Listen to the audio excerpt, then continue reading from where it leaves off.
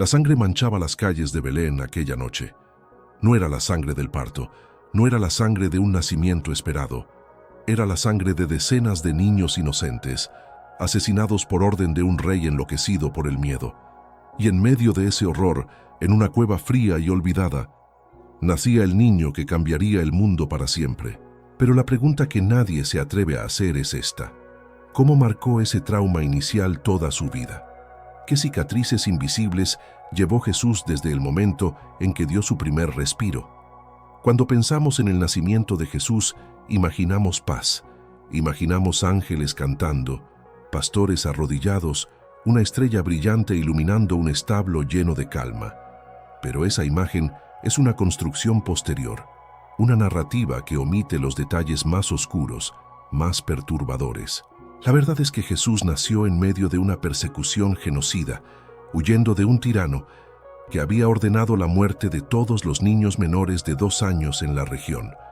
Su familia tuvo que escapar en mitad de la noche, convertirse en refugiados, abandonar todo lo que conocían. Y si tú crees que eso no deja huella en un ser humano, incluso en uno divino según las creencias, entonces no entiendes nada sobre cómo funciona la mente humana. La psicología del trauma nos enseña algo fundamental. Los primeros momentos de vida son cruciales para el desarrollo emocional. El cerebro de un recién nacido está en su momento más vulnerable, absorbiendo cada sonido, cada sensación, cada vibración del entorno. Cuando ese entorno es de terror, cuando la madre está aterrorizada, cuando el padre está desesperado buscando un lugar seguro, todo eso se imprime en el sistema nervioso del bebé.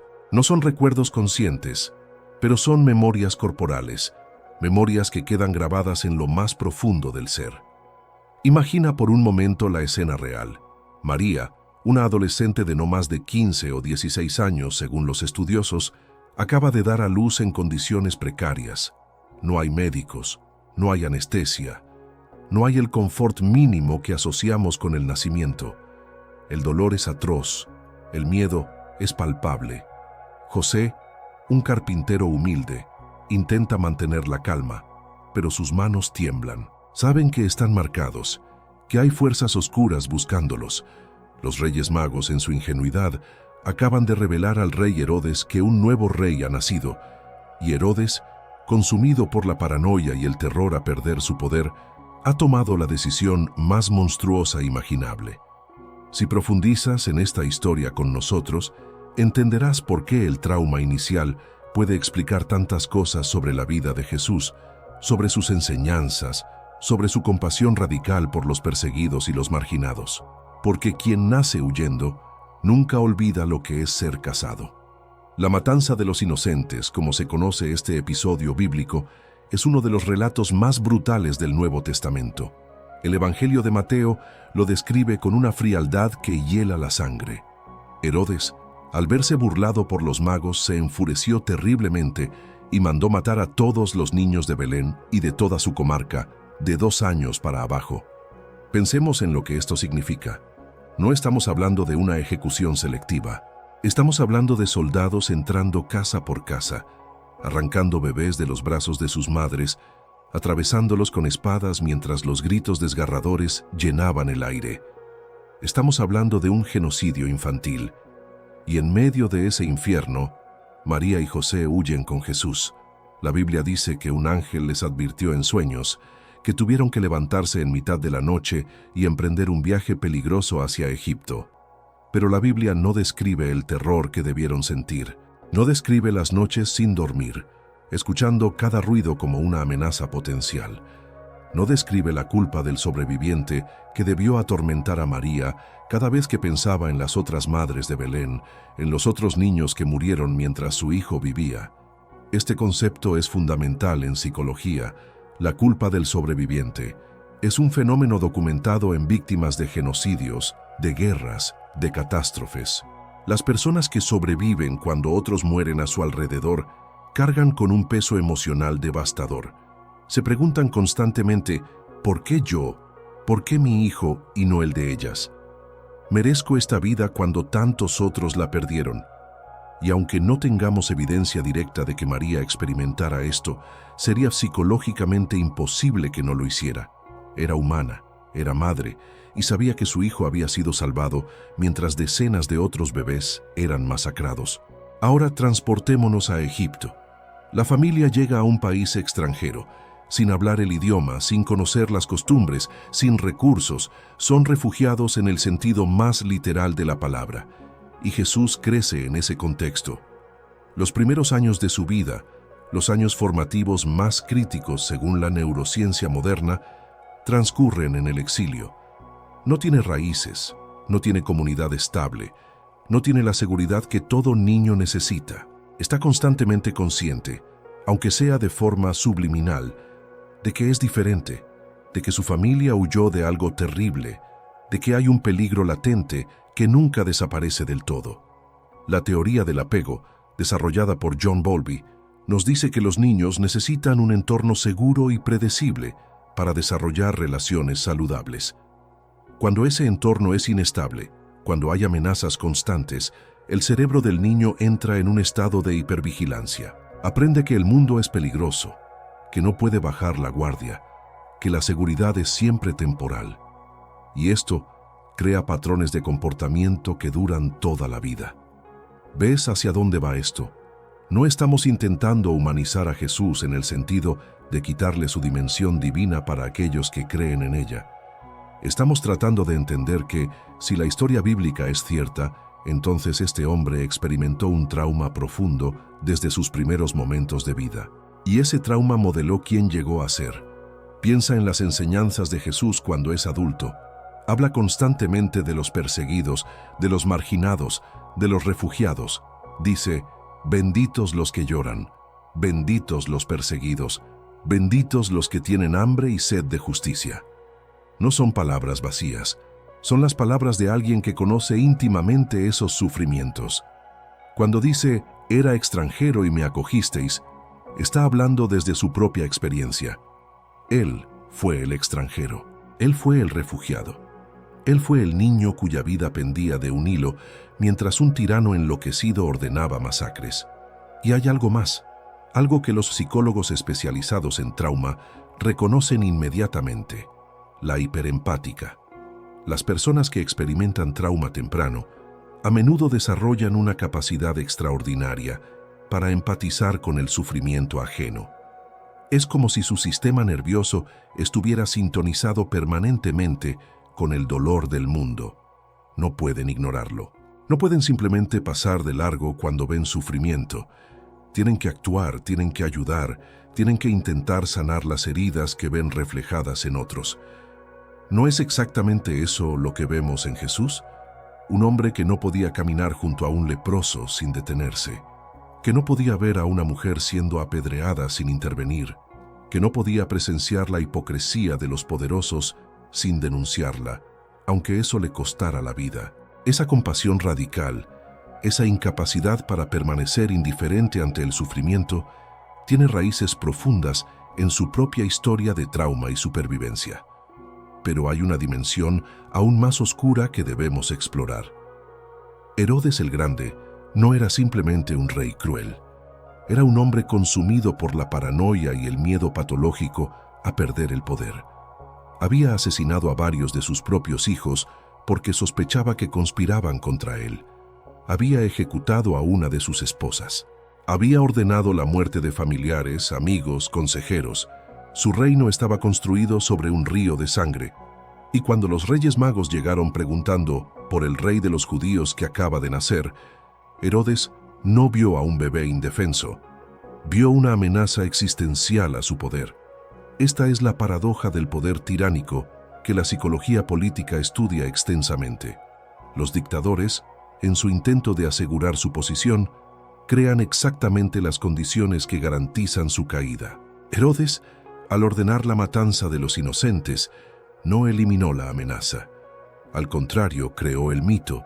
Aseguró que la historia de Jesús estaría marcada desde el principio por la lucha entre el poder corrupto y la inocencia perseguida. Convirtió al niño refugiado en el símbolo perfecto de resistencia contra la tiranía. Y aquí viene una reflexión perturbadora. ¿Qué habría pasado si Jesús hubiera nacido en paz? Si hubiera crecido en un hogar estable, sin amenazas, sin trauma. ¿Habría desarrollado esa misma compasión radical? ¿Habría entendido tan profundamente el sufrimiento de los marginados? La psicología del trauma nos dice que el sufrimiento, aunque devastador, también puede ser transformador. Puede destruir a una persona, o puede forjarla en algo más fuerte, más compasivo, más determinado a crear un mundo diferente.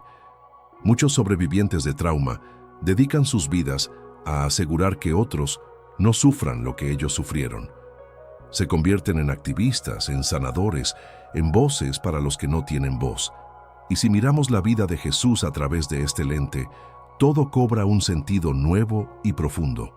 Cuando Jesús dice, «Dejad que los niños vengan a mí», cuando bendice a los niños y dice que de ellos es el reino de los cielos, hay un peso emocional ahí que va más allá de las palabras. Él fue uno de esos niños. Fue uno de los niños que el poder intentó destruir. Sobrevivió cuando otros no lo hicieron. Y ahora, como adulto, está reclamando el valor y la dignidad de todos los niños, especialmente de aquellos que el mundo considera prescindibles. La historia de su nacimiento también nos habla de otro concepto psicológico crucial: el trauma transgeneracional. María y José cargaron con el peso de esa experiencia toda su vida. Cada año, cuando llegaba la época del nacimiento de Jesús, debían recordar, debían revivir el terror de esa noche, la huida desesperada, los gritos de las madres en Belén. Y aunque intentaran proteger a Jesús de esos recuerdos, Él inevitablemente absorbió parte de ese dolor. Los niños son esponjas emocionales, sienten lo que sus padres sienten, aunque nunca se hable de ello explícitamente. Imagina a Jesús como niño en Egipto, preguntando a sus padres, ¿por qué estamos aquí? ¿Por qué no tenemos familia cerca como los otros niños? ¿Por qué mamá a veces se queda mirando al vacío con los ojos llenos de lágrimas? Y José y María intentando explicar lo inexplicable, intentando darle seguridad cuando ellos mismos nunca se sintieron completamente seguros después de esa noche. Años después, cuando finalmente pudieron regresar a Israel, se establecieron en Nazaret, no en Belén. ¿Por qué? Porque Belén estaba marcada. Era el lugar de la masacre. Era el lugar donde cada piedra, cada calle, cada casa guardaba memorias de horror. No podían volver ahí. El trauma había convertido su lugar de origen en un territorio imposible de habitar. Y esto es algo que vemos constantemente en víctimas de trauma: la imposibilidad de regresar. Los lugares se cargan de significado emocional tan intenso que volver a ellos se vuelve insoportable. Belén para María debió ser como un cementerio viviente, un lugar donde cada madre que viera le recordaría a las madres que perdieron a sus hijos, un lugar donde la culpa del sobreviviente se volvería insoportable. Entonces Jesús crece en Nazaret, un pueblo pequeño y marginal, conocido por no producir nada de valor. ¿De Nazaret puede salir algo bueno?, preguntarán después sus propios discípulos. Y quizás esa marginalidad también fue parte de su formación. No creció en el centro del poder religioso. No creció rodeado de privilegios. Creció en la periferia, entre la gente común, entre los que el sistema ignoraba. Y eso también modeló su visión del mundo. Pero hay un momento en su vida adulta que nos da una pista crucial sobre cómo procesó ese trauma inicial. Cuando Herodes Antipas, hijo del Herodes que ordenó la matanza, ordena la ejecución de Juan el Bautista, Jesús se retira a un lugar desierto. Los evangelios dicen que necesitaba estar solo. ¿Por qué? Porque el nombre Herodes era un gatillo emocional. Era un recordatorio directo de su propia historia, de su propio trauma. La noticia de que otro Herodes había asesinado a otro profeta inocente debió traer de vuelta todas esas memorias enterradas, todo ese dolor que había intentado procesar durante años. Y aquí está la conexión más poderosa. Después de procesar esa emoción, después de ese momento de soledad y reflexión, Jesús regresa y multiplica los panes y los peces. Alimenta a miles de personas. Es como si, en medio de confrontar su propio trauma, encontrara la fuerza para nutrir a otros. Es como si dijera: Herodes puede matar, pero yo voy a dar vida. Herodes puede destruir, pero yo voy a crear abundancia donde hay escasez. Esta es la resiliencia postraumática en su máxima expresión. No es simplemente sobrevivir al trauma, es transformarlo, es tomar ese dolor y convertirlo en combustible para crear algo mejor, algo más grande que el sufrimiento que lo causó. Los psicólogos identifican varias características comunes en las personas que logran esta transformación. Primera, encuentran significado en su sufrimiento. No lo niegan, no lo minimizan, pero tampoco permiten que las defina completamente. Segunda, desarrollan una misión que va más allá de ellos mismos. Se comprometen con una causa mayor. Tercera, cultivan la compasión, especialmente hacia aquellos que sufren de formas similares. Y cuarta, se convierten en narradores de su propia historia, tomando control de la narrativa en lugar de ser definidos por ella. ¿No ves todas estas características en Jesús? Él encontró significado supremo en su vida, creyendo que su existencia tenía un propósito divino. Se comprometió con una misión que iba más allá de su propia supervivencia, la transformación radical de la sociedad. Desarrolló una compasión que no hacía distinciones entre dignos e indignos, y se convirtió en un maestro narrador, usando parábolas e historias para reescribir cómo las personas entendían el mundo y su lugar en él. Pero no podemos romantizar el trauma. No podemos decir que fue bueno que Jesús experimentara todo esto. El trauma es devastador. Las investigaciones muestran que el trauma infantil temprano aumenta el riesgo de depresión, ansiedad, enfermedades físicas, relaciones difíciles. Y aunque Jesús logró transformar su dolor en compasión, eso no significa que no haya sufrido profundamente en el proceso. Los evangelios contienen pistas de ese sufrimiento. Jesús llora abiertamente ante la tumba de su amigo Lázaro. Suda sangre en el jardín de Getsemaní ante la perspectiva de su propia muerte. Grita desde la cruz: Dios mío, ¿por qué me has abandonado? Estos no son los momentos de un hombre que ha trascendido completamente su humanidad. Son los momentos de un hombre que lleva cicatrices profundas, que conoce íntimamente el dolor, que ha luchado toda su vida con el peso de su propia historia. Y quizás en esos momentos de quiebre, cuando el barniz de fortaleza se resquebraja, podemos ver la verdad más profunda. Jesús no superó su trauma siendo sobrehumano. Lo procesó siendo completamente humano, llorando cuando necesitaba llorar, retirándose cuando necesitaba espacio, buscando apoyo de sus amigos cercanos, expresando su dolor y su miedo sin vergüenza. Esta es una lección crucial que nuestra sociedad necesita aprender. Procesar el trauma no significa hacerse invulnerable. Significa permitirse sentir, permitirse ser vulnerable, permitirse pedir ayuda. Y si incluso Jesús, según la tradición cristiana, el Hijo de Dios, necesitó esos momentos de vulnerabilidad, ¿cuánto más los necesitamos nosotros? Ahora, consideremos cómo este trauma inicial pudo haber influenciado su relación con el concepto de poder. Jesús vio de primera mano lo que el poder corrupto podía hacer. Vio cómo Herodes, en su obsesión por mantener el control, estaba dispuesto a asesinar niños inocentes. Y toda su enseñanza posterior es una inversión radical de los paradigmas tradicionales de poder. Los últimos serán los primeros, dice. El que quiera ser grande, que sea el servidor de todos. Mi reino no es de este mundo.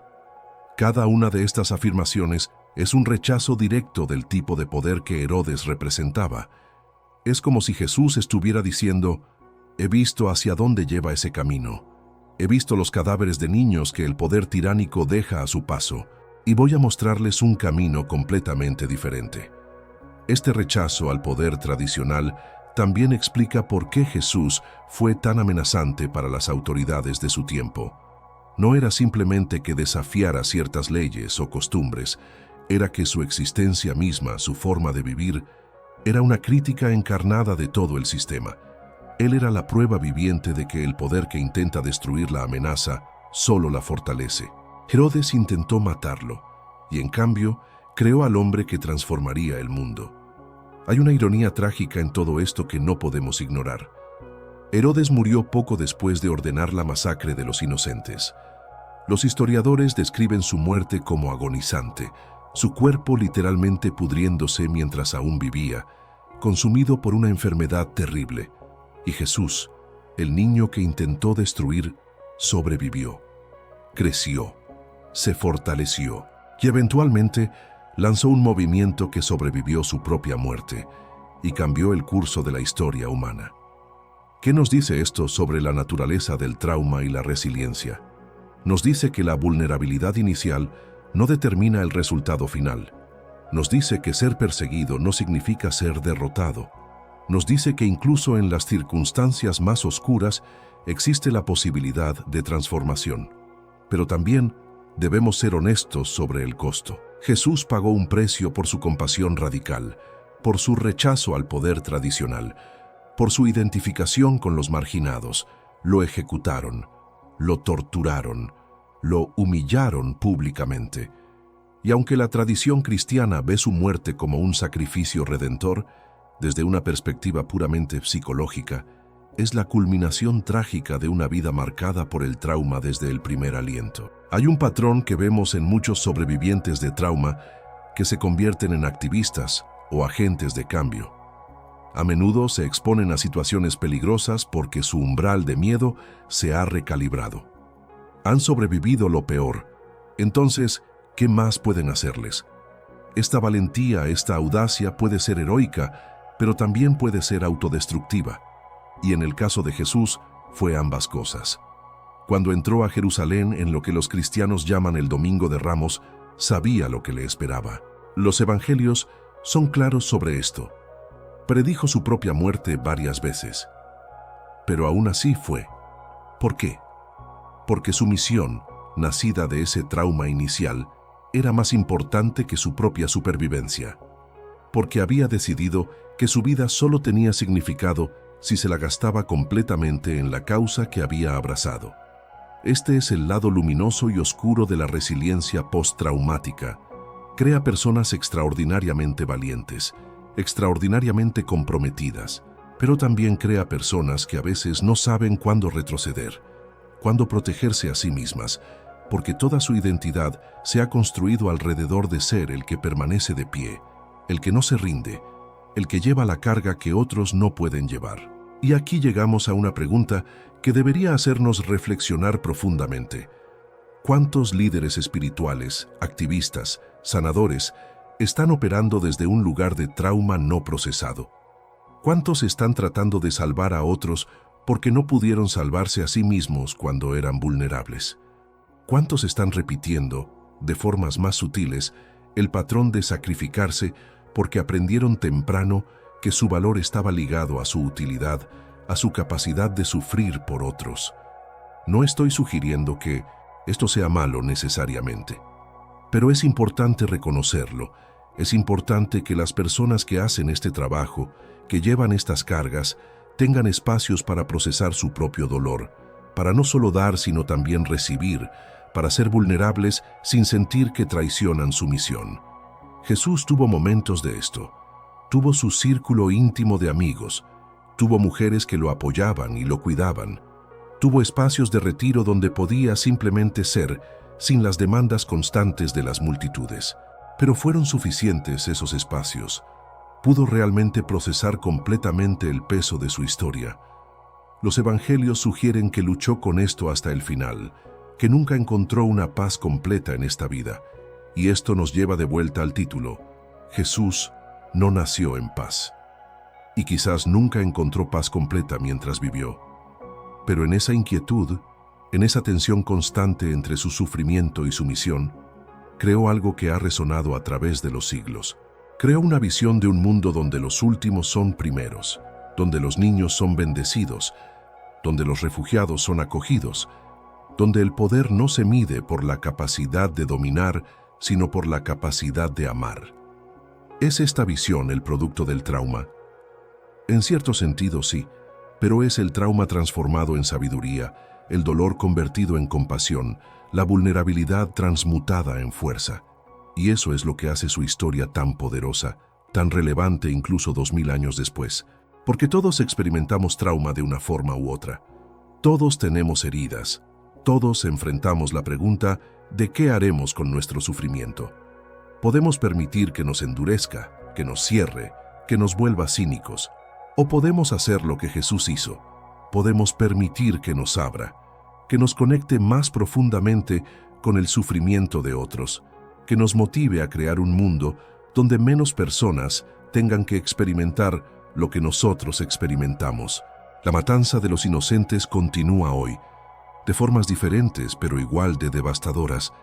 Niños muriendo en guerras, niños separados de sus familias en las fronteras, niños víctimas de abuso, de negligencia, de sistemas que valoran el poder sobre la vida.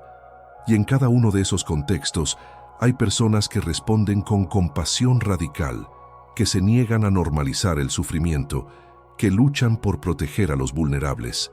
Esas personas son los herederos espirituales de aquel niño refugiado, hayan oído su historia o no, porque al final la historia de Jesús no es solo sobre él, es sobre el potencial humano para la resiliencia, para la transformación, para convertir las cenizas del trauma en combustible para el cambio. Es sobre la capacidad que todos tenemos de elegir cómo respondemos a nuestro sufrimiento. Podemos convertirnos en Herodes, permitiendo que nuestros miedos nos lleven a lastimar a otros. O podemos convertirnos en Jesús, permitiendo que nuestro dolor nos enseñe compasión. Esta no es una elección única, es una elección que hacemos todos los días, en cada interacción, en cada decisión. Y quizás esa es la lección más profunda de esta historia oscura y hermosa, que incluso en las circunstancias más traumáticas, incluso cuando nacemos en medio del caos y la violencia, tenemos el poder de elegir qué tipo de persona nos convertiremos, qué tipo de legado dejaremos. Jesús eligió el amor en un mundo que le había mostrado principalmente odio. Eligió la compasión en un mundo que le había enseñado a temer. Eligió la vulnerabilidad en un mundo que valoraba la fuerza. Y al hacer esas elecciones, transformó no solo su propia historia, sino la historia de millones que vendrían después. Pero honremos la verdad completa de esa historia. No fue fácil, no fue limpio, no fue la narrativa pulida de paz y armonía que a menudo se presenta. Fue sangre y lágrimas y terror. Fue huida en medio de la noche. Fue el llanto de madres que nunca dejó de resonar en su memoria. Fue el peso de la culpa del sobreviviente. Fue la lucha constante de procesar un trauma que comenzó antes de que pudiera siquiera recordar conscientemente. Y en ese reconocimiento del costo real, del precio que pagó por convertirse en quien se convirtió, honramos no solo a Jesús, sino a todos los que caminan ese camino difícil de transformar el trauma en compasión. Los honramos viendo su lucha, su dolor, su humanidad, no solo su triunfo final. Porque necesitamos ambas partes de la historia.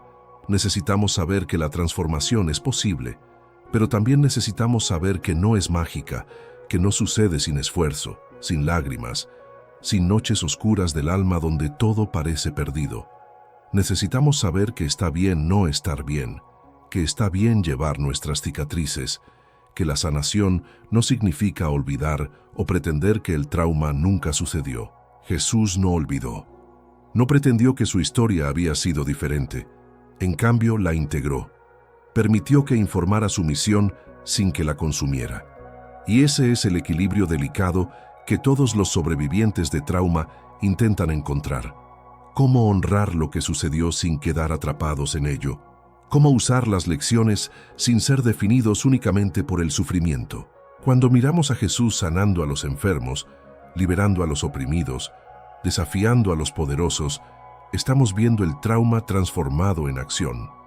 Cada acto de compasión es una declaración. Lo que me hicieron no determinará lo que yo hago a otros. Cada confrontación con la injusticia es un grito. No permitiré que lo que vi de niño se perpetúe. Cada momento de ternura con los marginados es una sanación. Te veo porque yo fui invisible. Te protejo porque yo fui casado. Esta es la alquimia del trauma sanado. No que el dolor desaparezca, sino que se transfigure. No que las memorias se borren, sino que pierdan su poder de paralizar. No que la historia se reescriba, sino que se le encuentre nuevo significado. Y quizás al final esa es la razón por la que esta historia sigue importando 2 milenios después. No porque nos diga que el trauma no duele, no porque prometa que todo saldrá bien, sino porque nos muestra que incluso en el nacimiento más violento, en las circunstancias más oscuras, en el terror más profundo, hay semillas de algo más grande. Hay posibilidad, hay potencial, hay, contra toda lógica, esperanza.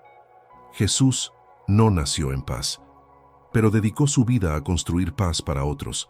No recibió justicia al principio de su vida, pero luchó por justicia para los que vinieron después. No conoció seguridad en sus primeros años, pero creó comunidades donde otros podían encontrar refugio. Y eso, al final, es lo que el trauma puede enseñarnos si estamos dispuestos a escuchar. Que nuestras heridas más profundas pueden convertirse en nuestros regalos más grandes. Que el dolor que experimentamos puede sensibilizarnos al dolor de otros.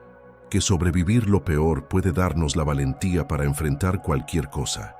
Que incluso en la noche más oscura hay una luz esperando nacer si tenemos el coraje de creer en ella y el compromiso de protegerla hasta que pueda brillar por sí misma. La historia comienza con sangre en las calles de Belén, pero no termina ahí. Continúa en cada acto de compasión, en cada gesto de solidaridad con los refugiados, en cada momento donde elegimos el amor sobre el miedo. Continúa en nosotros si elegimos continuar su legado. No el legado de perfección imposible, sino el legado de humanidad transformadora. No el legado de quien nunca fue herido, sino de quien permitió que sus heridas se convirtieran en ventanas de compasión hacia el mundo. Jesús no nació en paz, y su historia nos recuerda que muchos de nosotros tampoco. Pero como Él, tenemos la capacidad de decidir qué hacemos con esa verdad. Podemos permitir que nos destruya, o podemos permitir que nos transforme en instrumentos de la paz que nunca tuvimos, en defensores de los vulnerables que nunca fueron defendidos, en voces para los que gritan en silencio, esperando que alguien, cualquiera, escuche y responda: te veo, te creo, tu dolor importa, y haremos que signifique algo.